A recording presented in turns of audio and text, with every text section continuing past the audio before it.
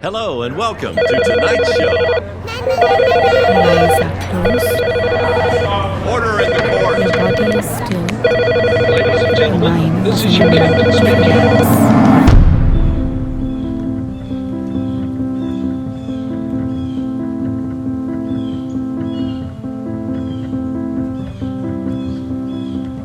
We have a problem, and it's affecting almost every part of our society. We have let obesity, sedentary lifestyles, and unhealthiness become the norm. I know that's hard to hear, but we lose 655,000 Americans every year due to heart disease. That's almost one person every 45 seconds, and heart disease accounts for 25% of all deaths. Obesity, unhealthy diet, lack of physical activity, uncontrolled stress and depression are all leading risk factors for heart disease. The good news is, there are things you can do to positively impact your health and mitigate your risk factors. One of the main culprits is lack of physical activity. According to the CDC, only 23% of Americans get at least 150 minutes of moderate physical exercise or 75 minutes of vigorous physical exercise. In the course of a week, that's less than a 20-minute walk around the block every day. Of course, the excuses of why people can't work out are used over and over again. But are they really valid? Gyms are too expensive and too hard to get to. But the thing is, you don't need a gym to work out. You can do a quick search on Google and find lots of programs you can follow with friends, with your community, in a park, in your house. There's tons you could do. But even without that, there are literally hundreds of movements you can do in and around your own house.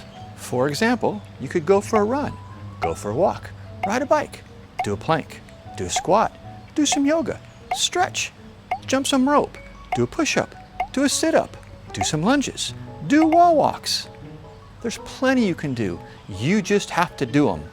So it's not really a gym that's holding you back. It's you. Just don't have enough time in the day. Is that really true? According to the Nielsen reports, the average American spends 4 hours a day in front of the television. That's almost 30 hours a week. But it gets even worse. If you include phones, that number jumps up to 6 hours a day in front of a screen. I'll bet you could find at least 20 to 30 minutes in there somewhere to get some exercise.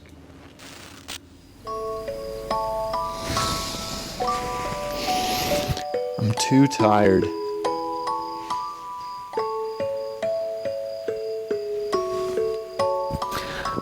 But in reality, studies through the years have shown that moderate exercise actually alleviates a lot of sleep-related problems. Specifically, moderate to vigorous exercise can actually increase sleep quality for adults. Not only will it reduce sleep onset, the amount of time it takes you to actually fall asleep, but it'll reduce the amount of time you stay awake at night. According to the Sleep Institute, those that regularly exercise are 45% less likely to experience insomnia and 53% less likely to experience daytime tiredness. So in reality, it's the not exercising that's really making you tired.